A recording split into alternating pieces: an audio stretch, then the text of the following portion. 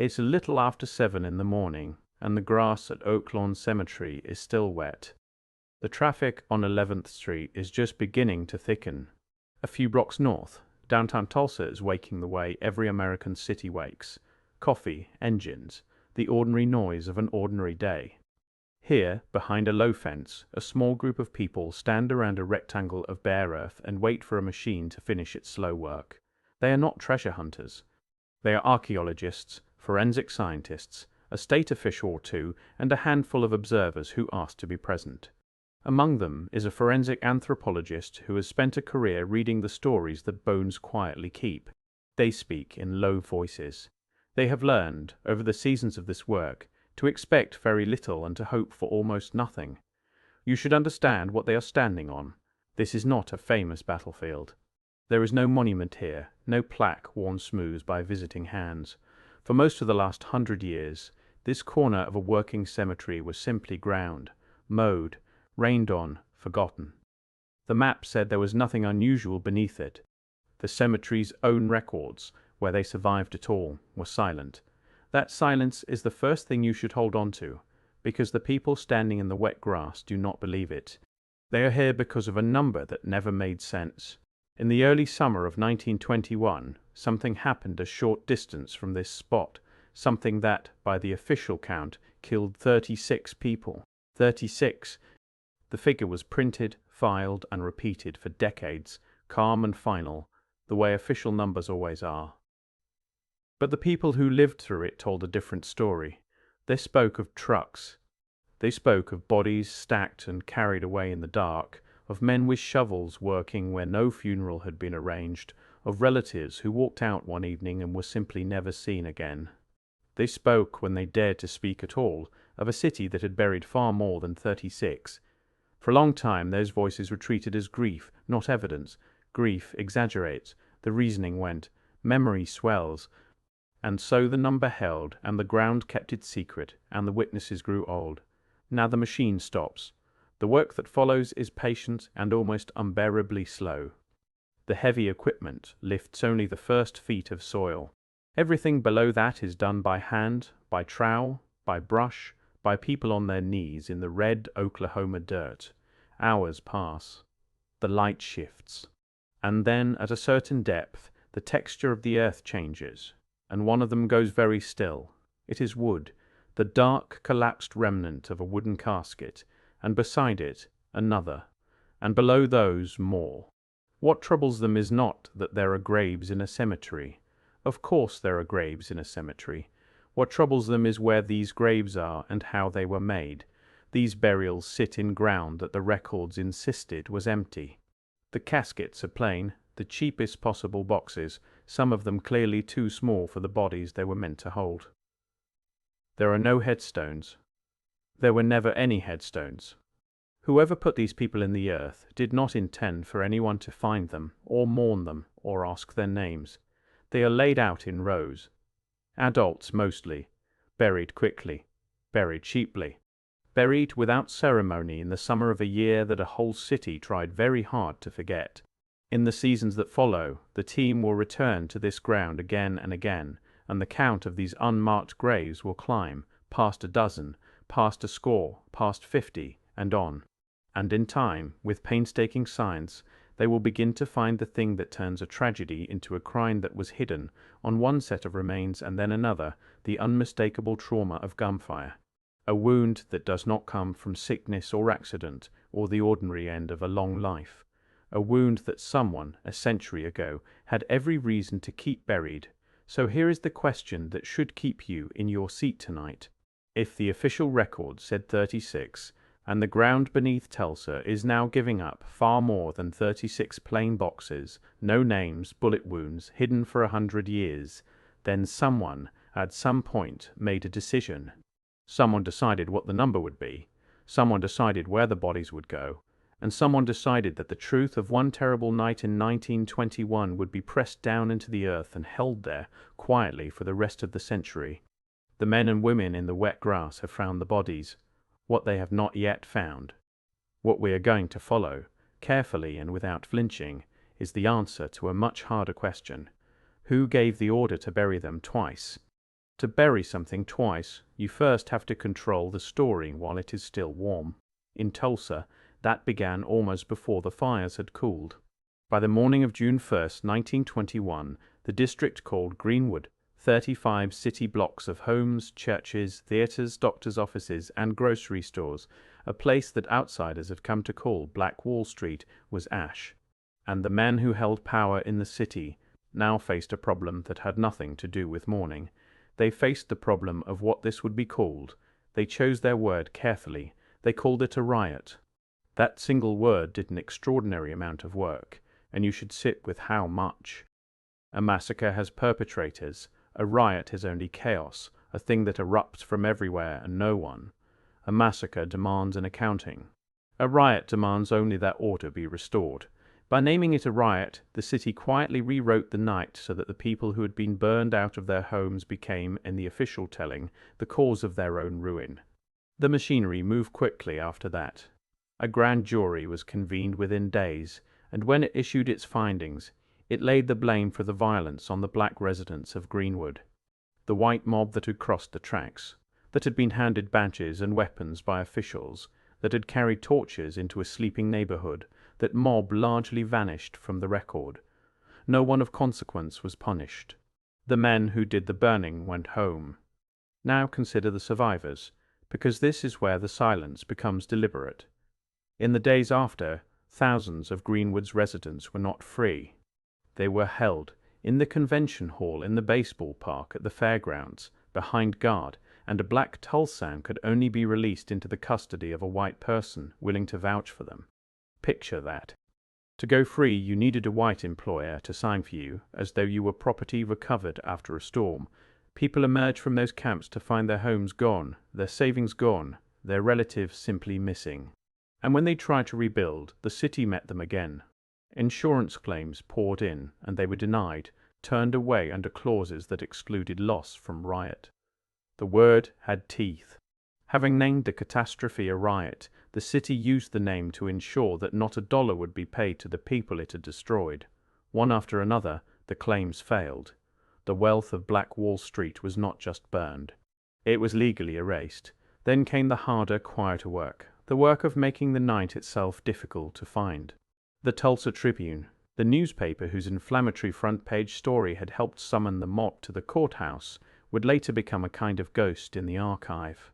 When historians went looking, decades on, for the original editions, the editorial, the words that lit the match, they found that the relevant pages had been physically removed from the bound volumes, and that the gap carried over even onto the microfilm. Cut out, as if the document had been reached into and a piece of it taken. City and police records that should have existed thinned to almost nothing. Death certificates were sparse and inconsistent. The official camp settled at 36 and stayed there, calm and unchallenged, for the better part of a century, even as people who had been there spoke of far more. And what of those people, the witnesses? Most of them learned to be quiet. Some had been threatened. Many simply understood, in the way the powerless always understand, that telling this story could cost them what little they had left. So they kept it inside their own homes, passed in low voices from a grandmother to a grandchild, a private grief in a city that insisted, in public, that nothing of the kind had happened. A few refused. A black lawyer named Buck Colbert Franklin sat in the ruins not long after, and wrote down what he had seen, including the claim, which still unsettles, that aircraft had circled overhead and dropped burning material onto the rooftops of Greenwood. He set it down on paper, and then that manuscript disappeared into a drawer for the better part of 100 years before it surfaced again, eventually handed to the Smithsonian. A schoolteacher named Mary E. Jones Parrish gathered survivor testimony and published it, and her book, too, slipped into obscurity, out of print, nearly lost. The accounts did not vanish because they were false. They vanished because no one with power wanted them found. By the time a generation had passed, the work was complete. It was not in the school books of Oklahoma. It was not in the official histories of the city. Children grew up a few streets from the graves we watched being opened in Part 1 and never once heard that anything had happened there at all. The fire had been turned into weather. The dead had been turned into a number. The number had been turned into silence. And that is what should stop you here. cities of hidden killings before, to protect a guilty man, to dodge a lawsuit, to spare a reputation. But the men who did the burning were never seriously charged. There was, in the cold legal sense, almost no one left to protect. The danger had passed, the fires were out, so why keep burying it? Why cut the pages from the bound volumes years later? Why let the textbooks stay blank decade after decade, long after every torchbearer was safely dead? Why would they hide this and keep hiding it when there was no longer anyone to save? To understand why a thing stays buried, you have to understand who owned the ground. In 1921, Tulsa was not an old city. It was barely a city at all in the way we think of cities. It was a boom town, swollen almost overnight by oil. Crude had been struck nearby, and the money that followed was enormous, sudden and ungoverned. Fortunes were made in a season, and in a place built that fast on wealth that raw. Power did not sit in old families or careful institutions. It sat with whoever could keep order over the boom. That power was concentrated, and it was white. The city commission, the police, the courts, the newspapers, the men who ran the banks and signed the insurance policies, they were a small interlocking world, and they understood one another. When such a world decides that a story will not be told, it does not need a single grand conspiracy. It needs only that everyone, quietly, agree to look the other way. And Greenwood was, to that world, an irritation as much as a community. Here is the part that the comfortable version of this story leaves out. Black Wall Street was not prosperous in spite of the system. In a way, it was prosperous because of it. Segregation meant that a black dollar earned in Tulsa could not be spent in the white stores downtown. So it circulated again and again inside Greenwood, building doctors and lawyers and theater owners and hotel keepers in the span of a single generation. The district's success was a standing rebuke. It demonstrated plainly what was possible. To certain men, that was not something to admire. It was something to resent. You cannot separate this from what was rising across the whole country at that exact moment. The early 1920s were the years of the second Ku Klux Klan, not the night riders of the previous century, but a vast, respectable, dues-paying movement of millions, with members in city halls and police departments and pulpits. In the years right around the massacre, Tulsa became one of its strongholds. The Klan built a hall in the city large enough to hold thousands. This was not a fringe. For a time, it was the establishment. So when we ask who had the power to suppress what happened in Greenwood, the answer is uncomfortable. It was not a handful of criminals hiding from the law. It was, in large part, the law, the same offices that deputized the mob, that filed the records, that wrote the textbooks, that decided which pages of the newspaper would survive. And here is where Tulsa stops being a single story and becomes a pattern. Because Greenwood was not alone. Only 2 years earlier, in the long bloody stretch of 1919 that came to be called the Red Summer, white mobs had attacked black communities in dozens of American towns and cities. In the Arkansas Delta that same year, in a place called Elaine, black sharecroppers organizing for fair pay were hunted across the countryside, and the dead were counted in the scores, perhaps the hundreds. No one is certain, because no one is certain, because no one in power wished to count carefully. 2 years after Tulsa, the Florida town of Rosewood was burned off the map. Earlier still, in Wilmington, North Carolina, an elected, multiracial government had been overthrown by armed force, and the killing afterward was simply written out of the official story for generations. Notice what every one of these shares. Not just the violence, the forgetting. Each was minimized, renamed, blamed on its victims, left out of the school books, allowed to fade until it survived only in the private memory of the families who carried it. This is the larger truth that Tulsa opens a door onto, and it is a far darker truth than any internet legend of a vanished civilization. There was no flood and no lost empire. There was something more disturbing, because it is real, a country that learned, again and again, how to make its own crimes disappear, not by hiding the bodies in a mountain, but by controlling the records, the courthouses, and the curriculum, until the next generation simply never knew. And in Tulsa, the burial became literal. Greenwood was rebuilt, against extraordinary odds, by the very people who had been driven from it. But then a slower violence arrived. one that wore the language of progress. In the decades after, urban renewal came to Tulsa, and a federal highway was driven straight through the heart of the rebuilt district. The cross streets that had carried Black Wall Street were cut and covered.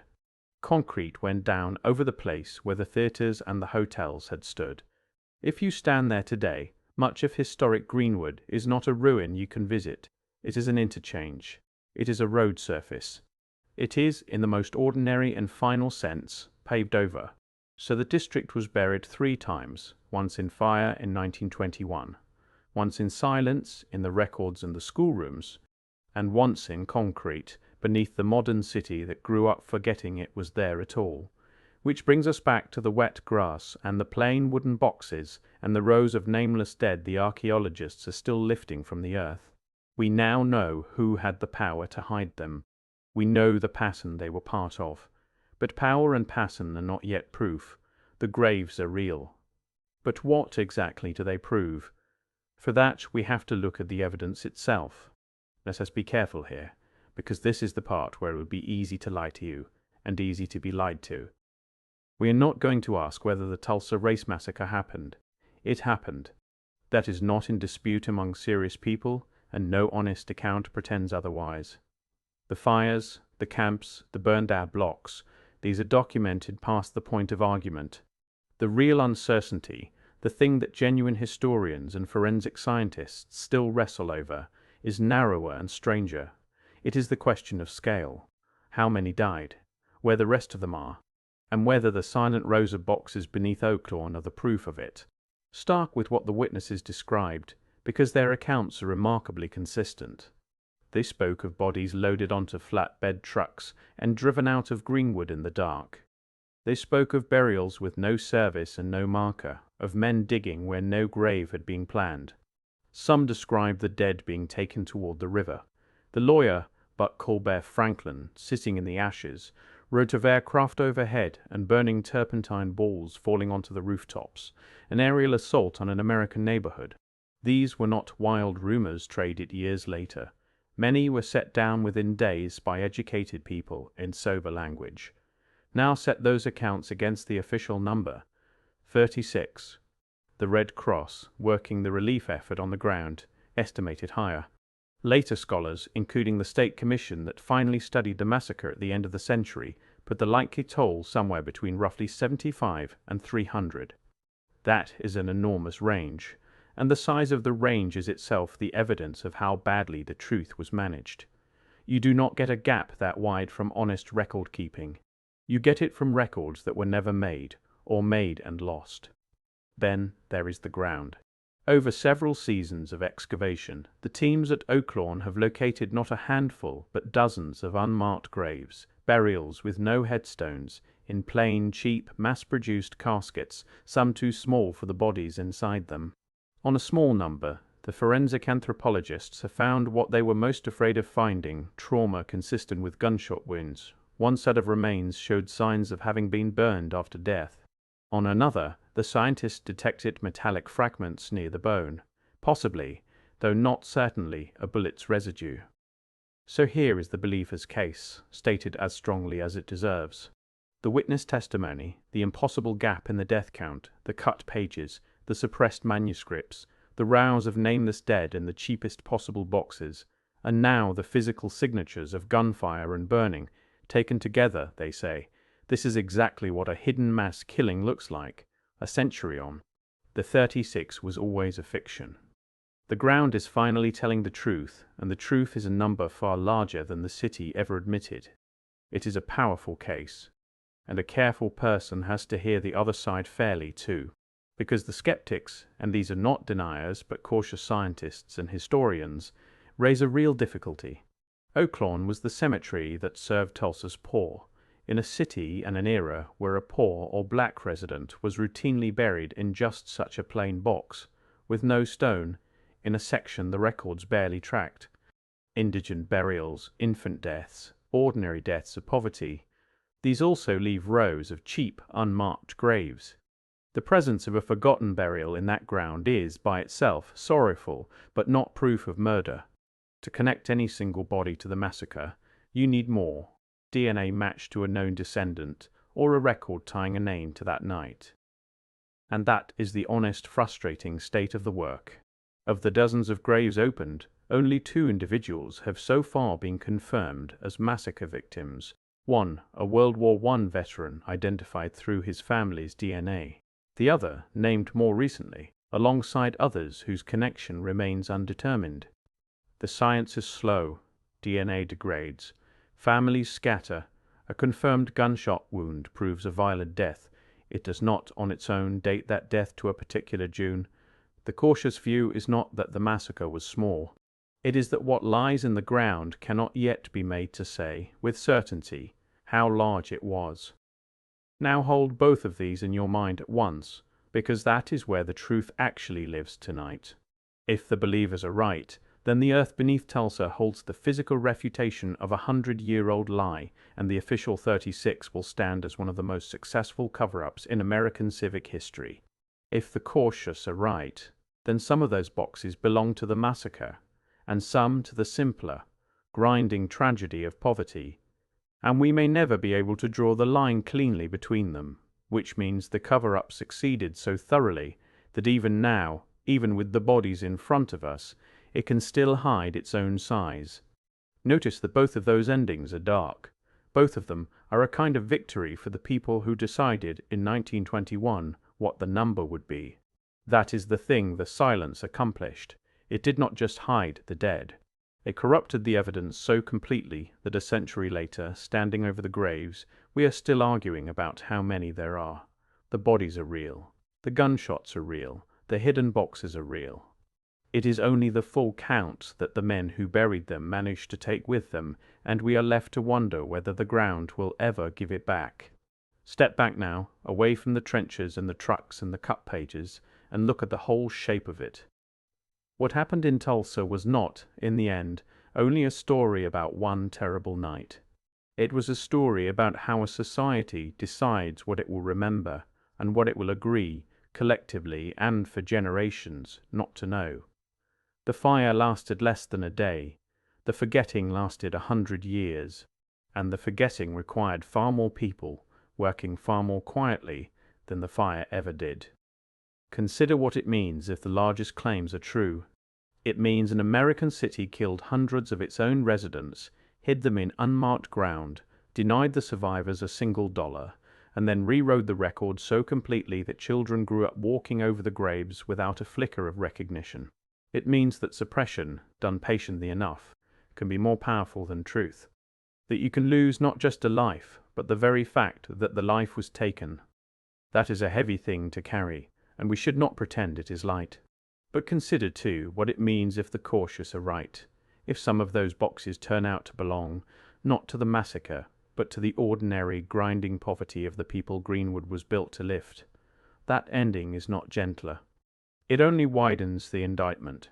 It means a city created so much unmarked, unmourned death by fire and by simple neglect that 100 years later we genuinely cannot tell one cause from the other. Either way, the lesson holds. A community was treated as though its dead did not need to be counted, and for a very long time they were not. What strikes me most, though, is not the burying, it is the surviving. Because the story did come back. It came back the way these things almost always come back, not through the official channels that tried to kill it, but underneath them. It survived in a grandmother's lowered voice. It survived in a lawyer's manuscript folded into a drawer for 90 years. It survived in a schoolteacher's out-of-print book, in the memory of a child who was carried out of Greenwood in the dark and lived long enough to testify, more than a century later, before the United States Congress. The record keepers cut the pages. The families kept the story. And in the end, the families outlasted the record keepers.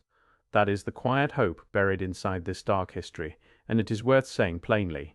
Suppression is powerful, but it is not permanent.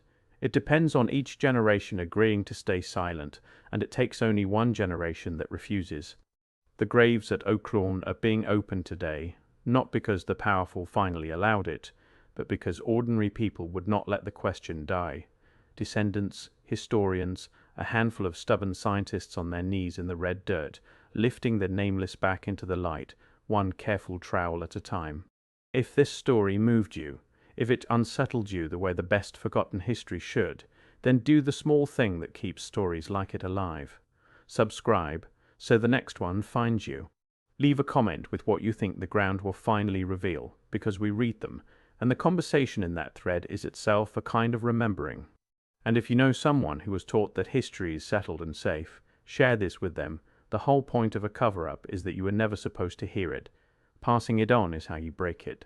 We began this episode in the wet grass at 7 in the morning, with a small group of people standing over a rectangle of bare earth waiting for a machine.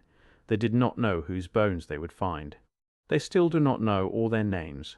Some of those names may never be recovered, lost in the same silence that swallowed the count. But the boxes are no longer hidden. The wounds have been seen. And every grave that comes out of that ground is a sentence in a confession that a city tried for 100 years to keep from ever being read. They buried them in fire, and then in silence, and then in stone. And still, slowly, patiently, 100 years too late, the earth is giving them back.